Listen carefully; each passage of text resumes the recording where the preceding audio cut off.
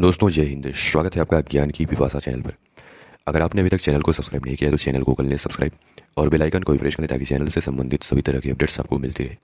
दोस्तों आज के इस ऑडियो आर्टिकल कार्यक्रम में हम उस खबर के बारे में जानेंगे जिसमें बताया जा रहा है कि अटलांटिक महासागर में डूबे टाइटैनिक जहाज का मलबा देखने गई पनडुब्बी में सवार सभी लोगों की मौत हो गई है।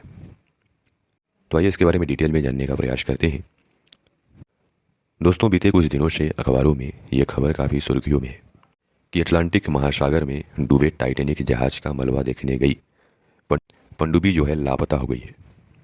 रविवार को इस पनडुब्बी को अटलांटिक महासागर में उतारा गया था, लेकिन कुछ ही समय के बाद पनडुब्बी से संपर्क टूट गया था।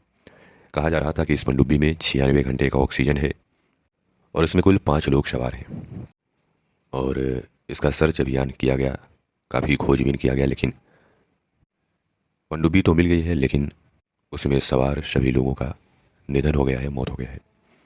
तो आइए देखते हैं इसके बारे में डिटेल में जानने का प्रयास करते हैं क्या है, और टाइटैनिक जहाज़ के बारे में भी जानेंगे जो अटलांटिक महासागर में डूब गया है। दोस्तों अमेरिकी तटरक्षक ने गुरुवार को कहा कि उसके एक उपकरण ने लापता पनडुब्बी को ढूंढने के दौरान टाइटैनिक के पास मलबा पाया है।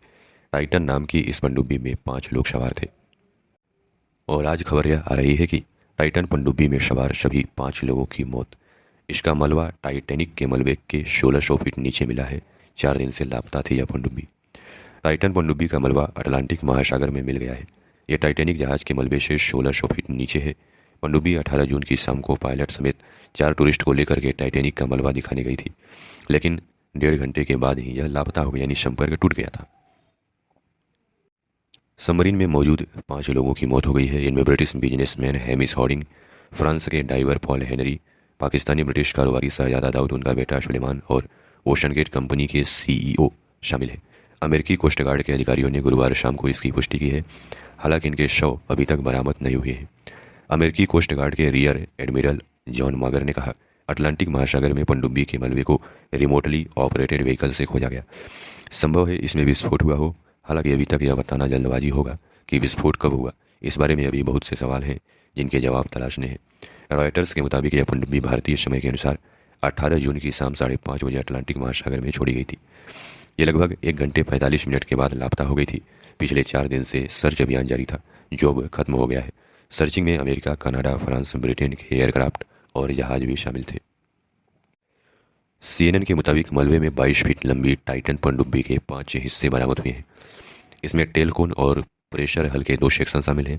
अमेरिकी कोस्ट गार्ड अधिकारियों ने बताया कि मलबे में फिलहाल किसी भी पैसेंजर के अवशेष नहीं मिले हैं। पनडुब्बी बनाने वाली कंपनी ओशन गेट ने कहा कि हादसे में जिन लोगों की मौत हुई है वो सही मायने में एक्सप्लोरर्स थे। हम इस कठिन समय में उनके परिवार के साथ हैं। कोस्ट गार्ड के रियर एडमिरल मॉगर ने कहा कि एक रोबोट एयरक्राफ्ट अटलांटिक महासागर में लगातार मलबा इकट्ठा करता रहेगा। इसके जरिए हादसे के बारे में और जानकारी जुटाने की कोशिश की जाएगी। हालांकि महासागर में इतनी गहराई से मरने वाले लोगों के बारे में कुछ भी बता पाना या पता लगाना बहुत मुश्किल है। गुरुवार को अमेरिका के नेवी के एक अफसर ने बताया कि टाइटन पनडुब्बी की आखिरी लोकेशन टाइटैनिक जहाज के पास से ही रिकॉर्ड की गई थी। लापता होने के कुछ देर बाद रडार पर विस्फोट के कुछ सिग्नल्स मिले थे। यह जानकारी तुरंत कमांडर के साथ शेयर कर दी गई थी जिससे सर्च ऑपरेशन में मदद मिल सके। तो दोस्तों आखिरकार 5 दिन से लापता उस पनडुब्बी को खोज निकाला गया है जो टाइटैनिक जहाज के मलबे को देखने के लिए अटलांटिक महासागर में उतारी गई थी। इसमें सवार 5 लोगों का मौत हो गया है जो कि काफ़ी दुखद है। आइए अब जानते हैं उस टाइटैनिक जहाज के बारे में जिसके मलबे को देखने के लिए इस पनडुब्बी में सवार होकर के लोग गए थे। दोस्तों आज से करीबन 111 साल पहले की बात है। 15 अप्रैल 1912 को उत्तरी अटलांटिक महासागर में टाइटैनिक नामक एक जहाज डूब गया था। इसमें करीब 1500 लोगों की मौत हो गई थी और दुर्घटना के 73 साल के बाद यानी 1985 में कनाडा के पास न्यू फाउंडलैंड द्वीप के पास इस जहाज का मलबा मिला था। यह मलबा समुद्र के 13,000 फीट नीचे था। इस मलबे की जानकारी फैलते ही लोग इसे देखने की इच्छा जाहिर करने लगे। 2021 में अटलांटिक में पड़े इस मलबे को दिखाने के लिए अमेरिका की कंपनी ओशन गेट ने टाइटैनिक टूरिज्म की शुरुआत कर दी।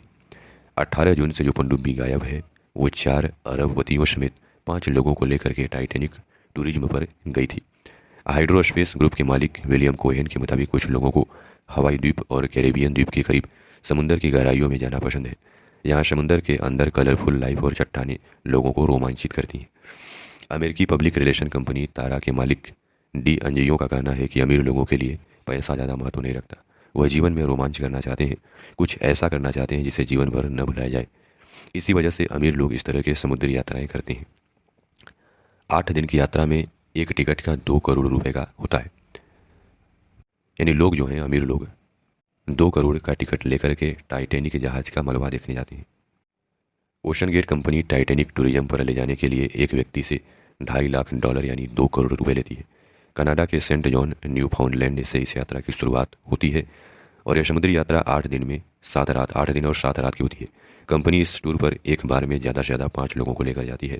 ट्रैवल कंपनी ब्राउन एंड ह्यूडसन के फाउंडर का कहना है कि समुद्री यात्रा को और ज़्यादा रोमांचक बनाने के लिए इस तरह की कंपनियां एक और पैकेज ऑफर करती हैं। इसके लिए हर व्यक्ति से $2,93,000 यानी करीब 2.5 करोड़ रुपए लिए जाते हैं। इस यात्रा पर जाने वाले लोगों को 1 महीने पहले से ही तैयार किया जाता है। पनडुब्बी लोगों को लेकर के समुद्र की 19,000 फीट की गहराई तक जाती है। ओशन गेट की वेबसाइट पर जाकर के कोई भी टाइटैनिक टूरिज्म के लिए अपना स्लॉट बुक कर सकता है।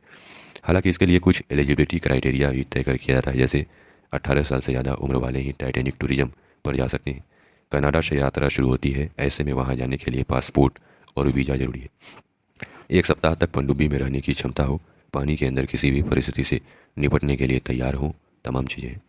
मरीन टेक्नोलॉजी सोसाइटी ने इस बारे में बताया है कि टाइटैनिक टूरिज्म के दौरान सुरक्षा के सभी मानकों का ख्याल रखा जाता है।